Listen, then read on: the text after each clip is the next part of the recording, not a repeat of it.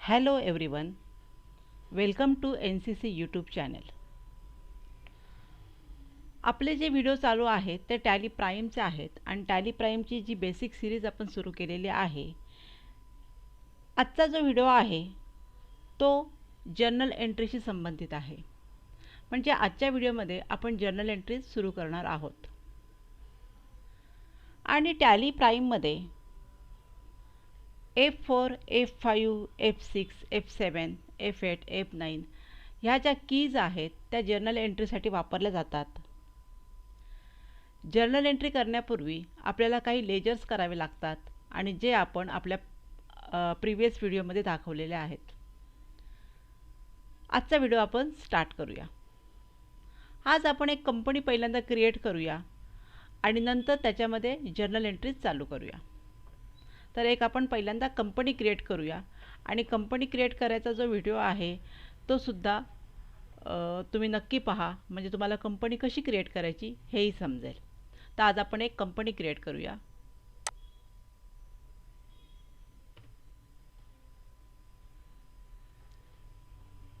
कंपनीचं नाव आहे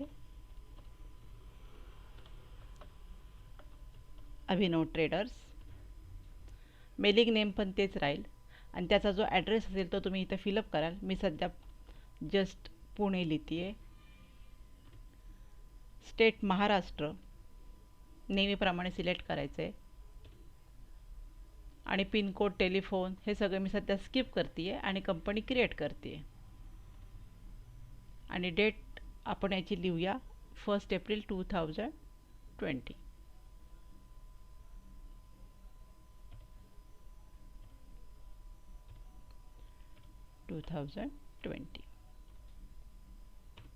ओके. आणि अशा प्रकारे आपण ही कंपनी क्रिएट केलेली आहे. आणि अकाउंट्स आपल्याला ठेवायचे आहेत आणि इन्व्हेंटरीला आपण नो करतो, कारण आपण बेसिक सिरीजमध्ये आहोत. त्यामुळे इन्व्हेंटरी आणि टॅक्सेशन आपण नंतरच्या सिरीजमध्ये बघणार आहोत. कंपनी क्रिएट केलेली आहे आणि तुम्ही बघता की अभिनव ट्रेडर्स ही कंपनी आपल्याकडे क्रिएट झालेली आहे आणि इथे लिहिले नो व्हाउचर्स एंटर्ड. तर आजच्या व्हिडिओमध्ये आपण जर्नल एंट्रीज करणार आहोत. आणि मगाशीच मी तुम्हाला बोलले होते की F4, F5, F6 ह्या ज्या कीज आहेत ह्या जर्नल एंट्रीसाठी टॅली प्राईममध्ये वापरल्या जातात. आणि आजची जी की आहे ती आहे F4. F4 means Contra voucher. तर जर्नल एंट्री कशी क्रिएट करायची आहे, तर पहिली स्टेप असते की आपण गेटवे ऑफ कंपनी क्रिएट केल्यानंतर आपण गेटवे ऑफ टॅलीवरती आलेला आहोत. आणि त्या गेटवे ऑफ टॅलीमध्ये तुम्हाला दिसेल की ते व्हाउचर्स नावाचा एक ऑप्शन्स आहे आणि त्या व्हाउचरला आपण काय करतोय, सिलेक्ट करतोय. मग तुम्ही माऊसनी सिलेक्ट करू शकता किंवा जस्ट तुमचा जो ॲरो आहे डाऊन ॲरो त्याने तुम्ही व्हाउचरला क्लिक करू शकता. आणि इथे तुम्ही काय करायचं, एंटर केल्यानंतर तुम्हाला तुमच्या अकाउंटिंग ह्या स्क्रीनवरती तुम्हाला पेमेंट दिसते. पण आपल्याला काय करायचं आहे, कॉन्ट्रा व्हाउचर्स करायचे आहेत आज. तर तुम्ही बघाल की इथे contra, receipt, journal, sales, purchase, other vouchers अशा सगळ्या काही गोष्टी साईड बारवर तुम्हाला दिसत आहेत.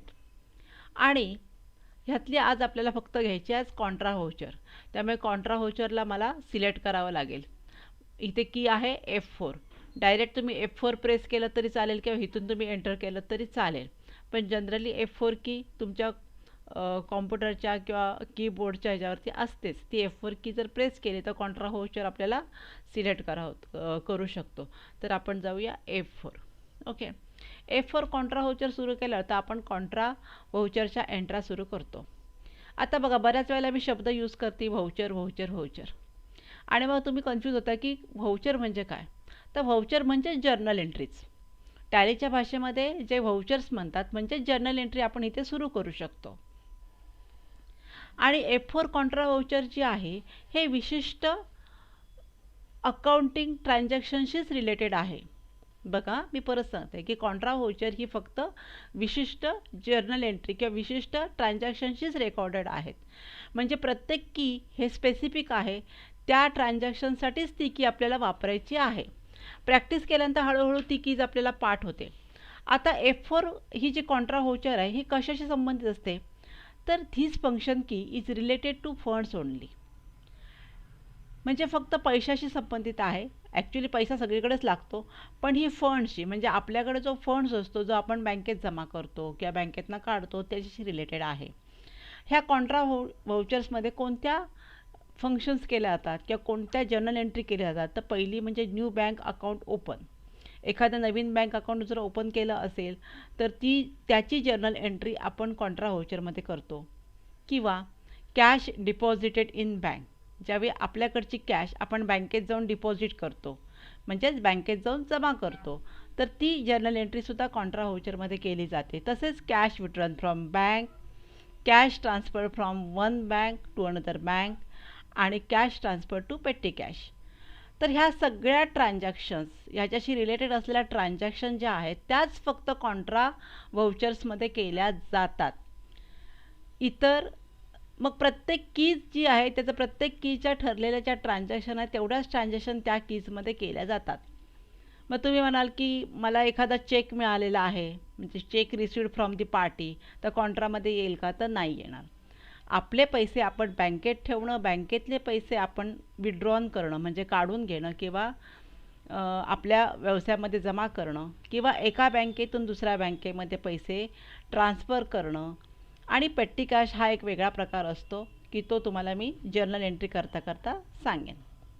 ओके, तर ह्या ट्रान्झॅक्शन आपण करतो. आणि ह्या ट्रान्झॅक्शनचं वैशिष्ट्य असं असतं की ह्या ट्रान्झॅक्शन्समध्ये ओन्ली कॅश आणि ओन्ली बँक हे दोनच आपल्याला अकाउंट क्रिएट करावे लागतात आणि एक पेट्टी कॅश. पण पेट्टी कॅश म्हणजे एक प्रकारचा कॅशचा प्रकार असतो तो, त्यामुळे मी पेट्टी कॅश एवढं सांगत नाही, पण कॅश आणि बँक हे दोन्ही अकाउंट ओपन करावे लागतात.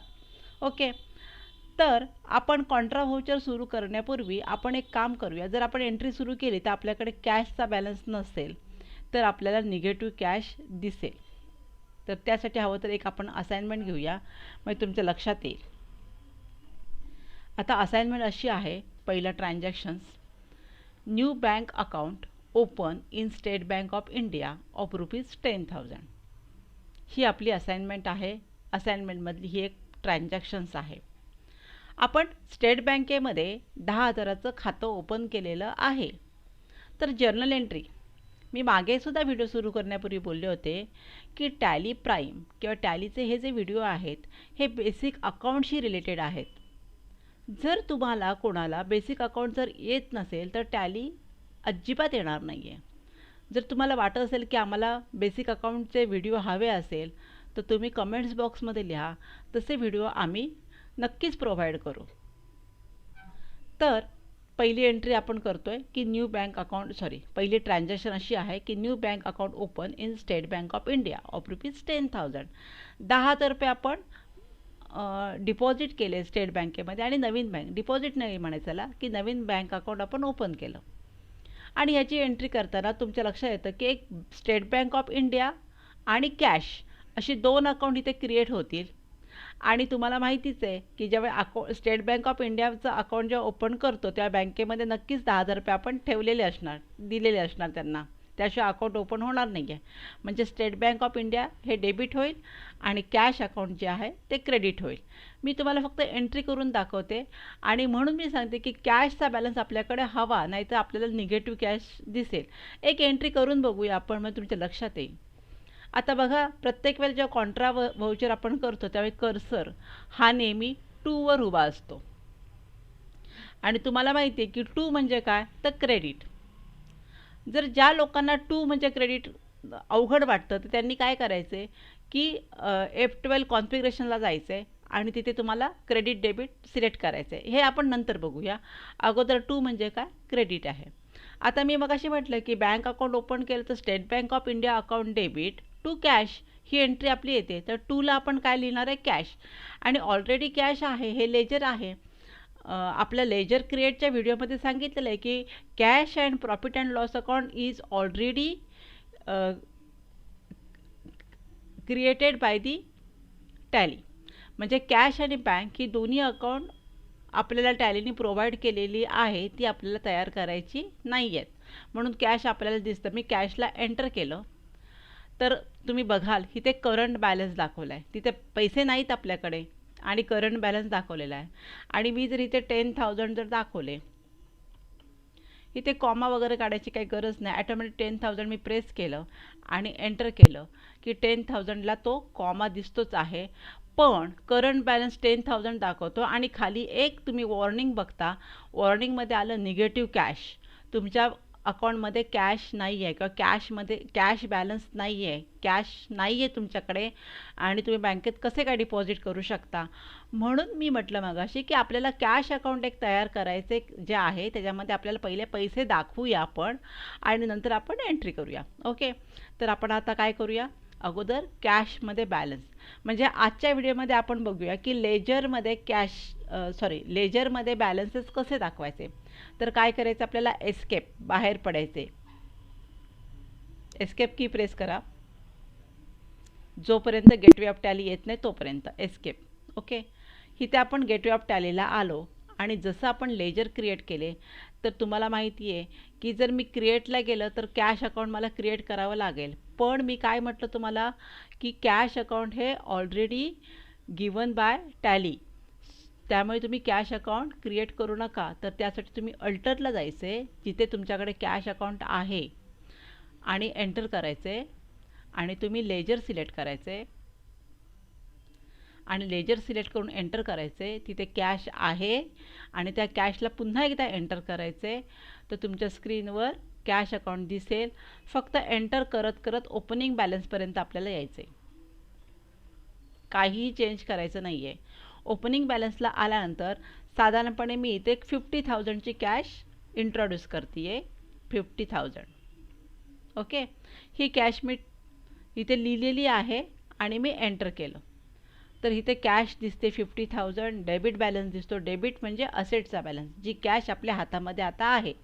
आणि एंटर करून मी काय करते, ॲक्सेप्ट करते. अशा प्रकारे कॅश आपल्याकडे किती आहे, 50,000. म्हणजे आता आपण बँकेमध्ये 10,000 रुपये ट्रान्सफर करू शकतो किंवा अकाउंट ओपन करू शकतो. आता काय करायचं, इथून आपल्याला परत गेटवे ऑफ टॅलीला यायचे. म्हणजे परत कोणती की प्रेस करायची आहे, एस्केप. एस्केप करून बाहेर आलो, गेटवे ऑफ टॅलीला येऊन आपण थांबलो आणि परत आपण काय करतोय, व्हाउचरमध्ये. आता व्हाउचरमध्ये तुम्ही बघता तिथे व्ही जो आहे तो व्ही हायलाईट झालेला आहे. तर तुम्ही ते व्ही सुद्धा प्रेस करू शकता आणि डायरेक्ट व्हाउचरमध्ये येऊ शकता. त्यामुळे तुमचा वेळ वाचतो. किंवा तुम्ही हळूहळू व्हाउचर्सकडे येऊ शकता आणि तिथे एंटर करू शकता. व्हाउचरवरती एंटर केल्यानंतर तुम्ही परत कॉन्ट्रा व्हाउचरवरती आला जसं मगाशी मी बोलले आणि इथे कॅश आहे. मी कॅशला एंटर केलं आणि तुम्ही बघताय की ते बॅलन्स तुम्हाला करंट बॅलन्स दिसतोय 50,000. आता तुम्ही काय करताय, 10,000 बँकेमध्ये तुम्ही ट्रान्सफर करू शकता आणि परत काय करायचं, एंटर. आणि कर्सर उभा राहतो बाय याच्यावरती. बाय म्हणजे डेबिट करायचं आपल्याला. डेबिट कोणाला करायचं आहे, स्टेट बँक ऑफ इंडिया. तर इथे पहिल्यांदा एंटर करायचं आहे आणि नंतर आपल्याला तुम्ही बघाल तर इथे क्रिएट ऑप्शन्स आहे. तर ते क्रिएटला जाऊन सुद्धा आपण लेजर क्रिएट करू शकतो. किंवा जर तुम्हाला वाटलं तर तुम्ही लेजरच्या ऑप्शनला जाऊन सुद्धा क्रिएट करू शकता लेजर. पण ज्यावेळी तुम्ही अकाउंटिंग सुरू करता त्यावेळी तुम्हाला व्हाउचरमधूनच क्रिएटला जाऊनच लेजर क्रिएट करायची असतात, कारण तुम्हाला वेळ वाचवायचा असतो. त्यामुळे तुमच्या लक्षात आलं का की कॉन्ट्रा व्हाउचरवर आहोत आणि आम्हाला आता स्टेट बँकेचं लेजर हवं आहे. तर तुम्ही काय करता, लिस्ट ऑफ लेजर अकाउंटमध्ये क्रिएटला गेलात आणि क्रिएटला जाऊन तुम्ही एंटर केलं तर तुम्ही बघता इथे ब्ल्यू लाईनवरती की लेजर क्रिएशनचा फॉर्मॅट आहे आणि सेकंडरी लिहिलेला आहे इंटू ब्रॅकेटमध्ये. म्हणजे आपण व्हाउचरमधून लेजर क्रिएशन्स करतो आणि इथे आपल्याला लेजर करायचे state Bank of India.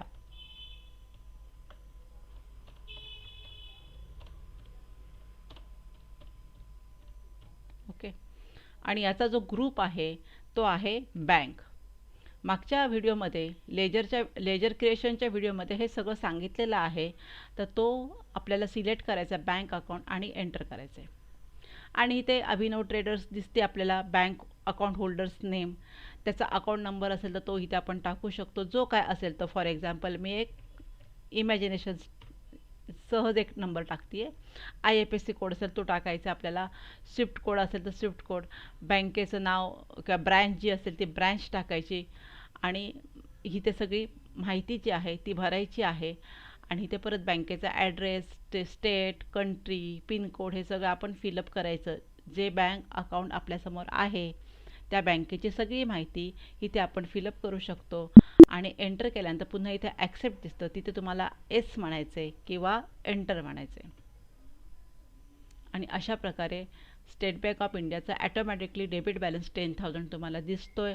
Enter केल्यानंतर तुम्हाला ही जी स्क्रीन दिसते ह्याच्यामध्ये बँकेचं allocation for state Bank of India किती टाकले तुम्ही, 10,000 टाकले तर काय टाकले तुम्ही, तर कॅश टाकलेली आहे आणि बँकेचं नेम, इन्स्टॉलमेंट डेट सगळं येतं. तिथे फक्त एंटर करायचं आहे आणि मग तुम्हाला माहिती आहे की बँकेत जाऊन जेव्हा आपण पैसे टाकतो त्यावेळी तुम्हाला एक स्लिप असते. त्या स्लिपवर तुम्ही किती नोटा टाकल्यात, तर 10,000 असेल तर 2,000ची किती नोटा टाकल्यात तिथे तुम्ही नॉमिनेशन्स करू शकता. आणि समजा 2,000च्या मी एक साधारणपणे 5 नोटा टाकल्या असतील तर एंटर करूया. 10,000 दिसते आपल्याला. जशा नोटा असेल त्याप्रमाणे तुम्ही एंटर करायचे, जशा स्लिपमध्ये भरलेल्या आहेत त्याप्रमाणे. आणि बँक नेम वगैरे इट्स ओके. आणि एंटर केल्यानंतर तुम्हाला खाली नरेशन दिसतीये. नरेशन्स मीन्स काय, तर it is a brief explanation about the transactions. आपण जी ट्रान्झॅक्शन केली ती काय आहे, तर त्यासाठी नरेशनची एक पद्धत असते की being new bank account open केलं तर मागे शब्द असतो बिईंग, कारण ती अकाउंटची लँग्वेज आहे. Being new bank account open, अशा प्रकारे शॉर्टमध्ये लिहायचं आहे ज्याच्यामुळे ट्रान्झॅक्शनचा मिनिंग करतो. आणि एकदा एंटर करायचं आणि अशा प्रकारे ॲक्सेप्ट करायचं आपल्याला. ॲक्सेप्टला आपण एस केलं की आपली एंट्री ॲक्सेप्ट झाली. ओके, तर अशा प्रकारे कॉन्ट्राची आपण काय केलेली आहे, पहिली एंट्री केलेली आहे. आणि तुम्ही बघाल तर कॉन्ट्रा एंट्रीमध्ये मगाशीच मी बोलले की फक्त cash deposited, cash withdrawn from bank, cash transferred from one bank to another bank, new bank account open आणि पेटी कॅशमध्ये आपण जर कॅश ट्रान्सफर केली तर एवढ्याच ट्रान्झॅक्शन असतात. त्यामुळे आपण एक दुसरी ट्रान्झॅक्शन बघूया. Deposited cash into State Bank of India of ₹5,000. म्हणजे आपण बँकेमध्ये कॅश डिपॉझिट जर केली असेल तर जर्नल एंट्रीमध्ये डेबिट आणि क्रेडिटमध्ये परत येणार आहे SBI account debit to cash. Okay, ही जर्नल एंट्री होते. तर परत कर्सर कुठे आपल्या टूला आहे, तर कॅशला मी एंटर केलं आणि अमाऊंट आहे 5,000, एंटर. आणि परत स्टेट बँकेला मी डेबिट केलं, एंटर केलं 5,000. तुम्ही इथे बघू शकता की कॅशच्या खाली जो करंट बॅलन्स आहे तो तुम्हाला आता 35,000 दिसतो. मग अशी किती होता 50,000. त्यातले 10,000 तुम्ही ऑलरेडी स्टेट बँक ऑफ इंडियाचं अकाउंट ओपन करण्यासाठी यूज केलं, त्यामुळे बॅलन्स राहिला 40,000. आणि आता तुम्ही परत 5,000 दिलं त्यामुळे बॅलन्स राहिला 35,000. ओके, तर अशा प्रकारे बॅलन्सेस पण तुम्ही इथे बघू शकता आणि बँकेचा बॅलन्स पण तुम्ही इथे बघू शकता. कारण बँकेत मग अशी 10,000 आपण न्यू बँक अकाउंट ओपन करण्यासाठी डिपॉझिट केले होते आणि आता 5,000 डिपॉझिट केले, म्हणजे 15,000 स्टेट बँक ऑफ इंडियामध्ये आपला बॅलन्स आहे. पुन्हा आपण काय करूया, एंटर करूया आणि ॲक्सेप्ट करूया.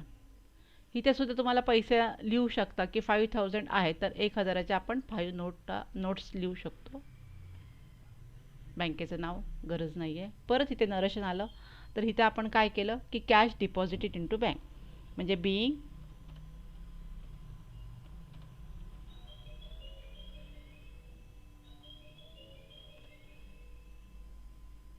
Deposited into bank. ओके, आणि आपण एंटर करून ही एंट्रीसुद्धा आपण ॲक्सेप्ट आल्या. पुन्हा एकदा एस करायचं ॲज इट इज. ओके, आता तुम्ही बघाल परत कॉन्ट्राचा तो 3 नंबरचा आकडा सांगतो की ऑलरेडी आपण 2 एंट्र्या केल्या. आता तिसरी एक एंट्री करूया आपण. एक बँक ऑफ इंडियामध्ये आपलं ऑलरेडी अकाउंट आहे आणि बँक ऑफ इंडियामध्ये म्हणजे deposited ₹3,000 in bank of India, he entry करूया. आता इथे सुद्धा बँक ऑफ इंडियामध्ये जेव्हा डिपॉझिट करतो त्यावेळी कॅश अकाउंट क्रेडिट होणार आहे आणि बँक ऑफ इंडिया डेबिट होणार आहे. त्यामुळे कॅशला आपण आहोतच ऑलरेडी, एंटर करायचं आहे. अमाऊंट लिहायची 3,000, एंटर. आणि बाय करून आपण इथे एंटर करायचं आहे. तर आता आपल्याला कोणती बँक तयार करायची आहे? Bank of India. तर इथे क्रिएट ऑप्शन्स आहेच, तिथे सुद्धा आपण जायचं आहे. तुम्ही ॲरोनी जाऊ शकता किंवा डायरेक्टली तुम्ही माऊसनी पण क्लिक करू शकता. एंटर करूया आणि पुन्हा लेजर क्रिएशनच्या फॉर्मॅटवरती आपण आलेलो आहे आणि ते अकाउंट करूया बँक ऑफ इंडिया. आणि नेहमीप्रमाणे ह्याचा ग्रुप बँकच राहील. बाकी सगळी माहिती याची आपल्याला भरायची आहे जशी असेल तशी, आणि आपण त्याला ॲक्सेप्ट करूया. आलं बँक ऑफ इंडिया. एंट्री केल्यानंतर परत सगळं येतं की किती कॅश भरली, किती नोटा आहेत. तर आपण करूया 1000च्या 3 नोट, तर 3000. आणि इथे परत लिहायचं being cash deposited into bank of India. तर इथे आपण BOI शॉर्टकटमध्ये लिहू शकतो.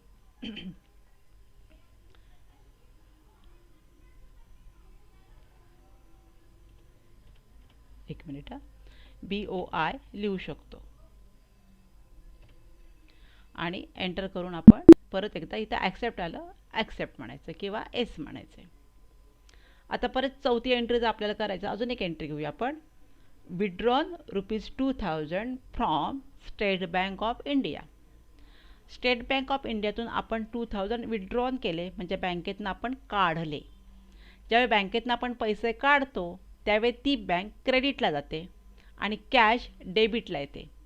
कारण हे अकाउंटचे रूल आहेत, त्याप्रमाणे त्या एंटर होतात. तर 2ला काय येणार आहे? स्टेट बँक ऑफ इंडिया, कारण 2 म्हणजे काय? क्रेडिट. तर स्टेट बँक ऑफ इंडियाला मी आलेली आहे, एंटर केलं आणि स्टेट बँक ऑफ इंडियातून आपण 2000 विड्रॉन करतो, म्हणजे 2000 मी इथे लिहिले. एंटर केलं, परत तो विचारतो चेकने पेमेंट केले का, कसं केलं आहे, ते सगळं आपण ह्या ठिकाणी लिहायचं आहे. आणि बाय कॅश, कारण कॅश आपल्याला मिळालेली आहे, कॅशला एंटर करूया आणि 2000 तुम्हाला दिसतील. आणि तुम्ही प्रत्येक ठिकाणी बघा, ज्यावेळी स्टेट बँक ऑफ इंडियातून आपण पैसे काढले तर त्याचा मागाशी 15,000चा बॅलन्स होता, तर 2000 विड्रॉन केले, तर स्टेट बँकेमध्ये 13,000 शिल्लक राहिले आणि आपल्याकडची कॅश 34,000 होणार आहे. ओके, तर हे सगळ्या गोष्टी आपण स्क्रीनवर नेहमी बघायचं अकाउंटिंग करताना, की आपण बरोबर करतो का, आपण चुकतो का, आणि मग अशा प्रकारे व्यवस्थित तुम्ही व्हाउचर्स एंट्री करू शकतात. आता इथे आपले ट्रान्झॅक्शन्स काय आहे? तर कॅश विड्रॉन फ्रॉम बँक आहे, त्यामुळे इथे परत आपण काय लिहितो? Being cash withdrawn from bank. Okay, enter करूया आणि पुन्हा आपण काय करूया? ॲक्सेप्ट. ओके, आता आपण काय करूया? अजून एक ट्रान्झॅक्शन करूया एफ फॉर कॉन्ट्राशी related. ₹1000 transferred from State Bank of India to Bank of India. हे ट्रान्झॅक्शन आपण या ठिकाणी करूया. म्हणजे ह्याचा मिनिंग असा असतो की स्टेट बँक ऑफ इंडियातून 1000 आपण बँक ऑफ इंडियामध्ये ट्रान्सफर केले. ज्या बँकेत ट्रान्सफर केलं ती bank account debit. Bank of इंडियाला ट्रान्सफर केलं तर बँक ऑफ इंडिया डेबिट येईल आणि State Bank of India credit येईल. ओके, तर बँक ऑफ इंडिया आपण सिलेक्ट करूया, कारण 2 credit, sorry, State Bank of India क्रेडिटला येणार आहे आणि किती येणार आहे? 1000. एंटर. परत ह्या ठिकाणी विचारतो आणि बायला काय येणार आहे?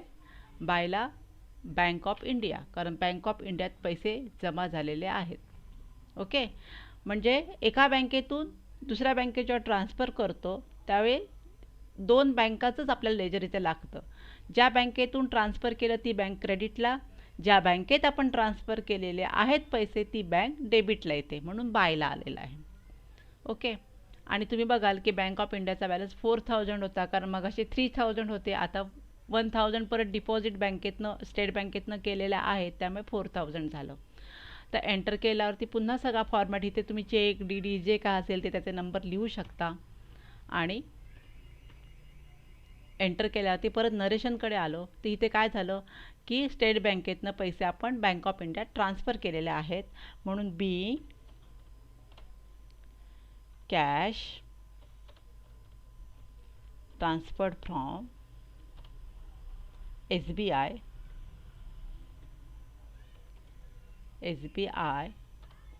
टू BOI म्हणजे बँक ऑफ इंडिया आणि एंटर केल्यानंतर तुम्ही बघाल इथे ॲक्सेप्ट आले नेहमीप्रमाणे आणि त्याला सुद्धा तुम्ही एस करू शकता किंवा एंटर करू शकता. ओके, अशा प्रकारे एंटर झाल्या. आता आपली शेवटची एंट्री कॉन्ट्रा व्हाउचरची असते की पेट्टी कॅशला आपण काही पैसे ट्रान्सफर केलेले आहेत. पेट्टी कॅश हा एक वेगळा विषय असतो. जशा काही फर्म्स असतात त्यांच्या वेगवेगळ्या ब्रँचेस असतात खूप ठिकाणी आणि त्या ब्रँचेसमध्ये किरकोळ खर्च काय होतात, जसं आपण म्हटलं की चहाचा खर्च, टी एक्सपेन्सेस, सन्ड्री एक्सपेन्सेस. तर हे खर्च करण्यासाठी एक विशिष्ट अमाऊंट त्या ब्रँचच्या कॅशियरकडे दिली जाते आणि त्याला आपण म्हणतो पेट्टी कॅश. आणि मेन ब्रँच किंवा मेन हेड ऑफिस असतं ते हेड ऑफिस त्या ब्रँचच्या कॅशियरला ते पैसे ट्रान्सफर करते. मग इथे एंट्री कशी होते किंवा ट्रान्झॅक्शन कशी होते की ₹500 transfer to petty cash for expenses. म्हणजे ₹500 आम्ही त्या ब्रँचच्या कॅशियरला दिलेले आहेत ॲज अ पेट्टी कॅश म्हणून की त्याने किरकोळ खर्च करावा आणि महिन्याच्या शेवटी काय असेल पैसे शिल्लक राहिले ते आम्हाला सांगावे. तर असा तो एक विषय असतो. पेट्टी कॅश म्हणजे कॅशचंच स्वरूप आहे, ते काही वेगळं नाही आहे, पण त्याला पेट्टी कॅश हे अकाउंटमध्ये आपण म्हणतो. आता एंट्री कशी होणार की 500 ट्रान्सफर्ड टू पेट्टी कॅश. तर आपले पैसे गेले म्हणजे कॅशला आपण क्रेडिट कर. एंट्री कशी होते, कॅश गेलेली आहे, कशासाठी गेली तर पेट्टी कॅशसाठी गेली. म्हणजे पेट्टी कॅशला आपण डेबिट करणार आणि कॅशला आपण काय करणार क्रेडिट करणार. ओके, म्हणजे इथे टू कॅश जो आहे तर कॅश आपण सिलेक्ट करतोय, एंटर करतोय. किती रुपये द्यायचे आहेत आपल्याला 500. ओके, 500 आपण दिले आणि इथे आपण एंटर केलं. एंटर केल्यावरती पुन्हा एकदा एंटर करायचं, कारण इथे जर तुम्ही काही टायपिंग करायला गेला तर तो तिथे थांबतो, एस नो करत बसतो. म्हणून इथे एंटर करायचं आहे. ह्या कर्सरला आल्यानंतर आपल्याला पेट्टी कॅशचं एक अकाउंट क्रिएट करायचं आहे, जे आपण क्रिएटमध्ये जातो आहे आणि एंटर करतो आहे आणि इथे अकाउंट करतो पेट्टी कॅश अकाउंट. एंटर केल्यानंतर तो विचारतो कोणत्या ग्रुपमध्ये येतं, तर त्याचा ग्रुप असतो कॅश इन हँड. ह्या सगळ्या गोष्टी तुम्हाला लक्षात ठेवायच्या आहेत, प्रत्येकाचे ग्रुप. आणि एंटर केल्यानंतर ॲक्सेप्ट करायचं आहे आणि पेट्टी कॅशचे 500 झालेले आहेत. आणि आपण एंटर केलं इथं नरेशन विचारतो. नरेशनमध्ये मी मगाशी सांगितलं की त्या ट्रान्झॅक्शनचं ब्रीफ एक्सप्लेनेशन द्यायचं की ज्याच्यामुळे पटकन कळतं की हे कशासाठी वापरलेत. बी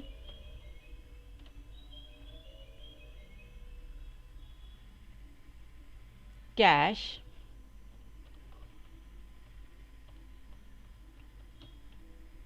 ट्रान्सफर्ड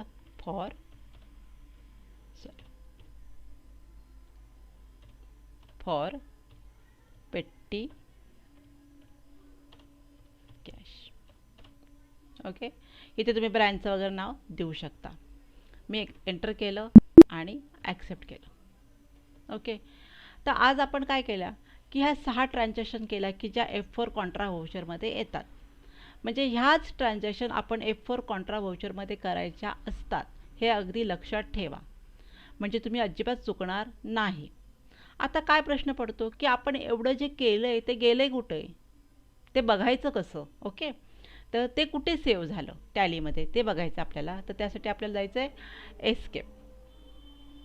एस्केप केल्यानंतर तो विचारतो बाहेर पडायचं का, तर येस मला बाहेर पडायचं, मला गेटवे ऑफ टॅलीवर जायचं आहे. येस, तर आपण गेटवे ऑफ टॅलीवरती आलेलो आहोत. आणि इथे तुम्ही बघताय की खाली जो डे बुकचा ऑप्शन आहे त्याला मी क्लिक करते आहे, एंटर. आणि तारीख आपल्याकडे आहे 1 एप्रिल 2019 आणि ह्या अशा आपल्याला कॉन्ट्राच्या 6 एंट्रा झालेल्या आहेत. व्हाउचर नंबर पण दाखवत आहेत, अमाऊंट पण दाखवत आहेत. म्हणजे ह्या एंट्र्या आपल्या कुठे गेलेल्या आहेत तर डे बुकला आपण जाऊन बघू शकतो.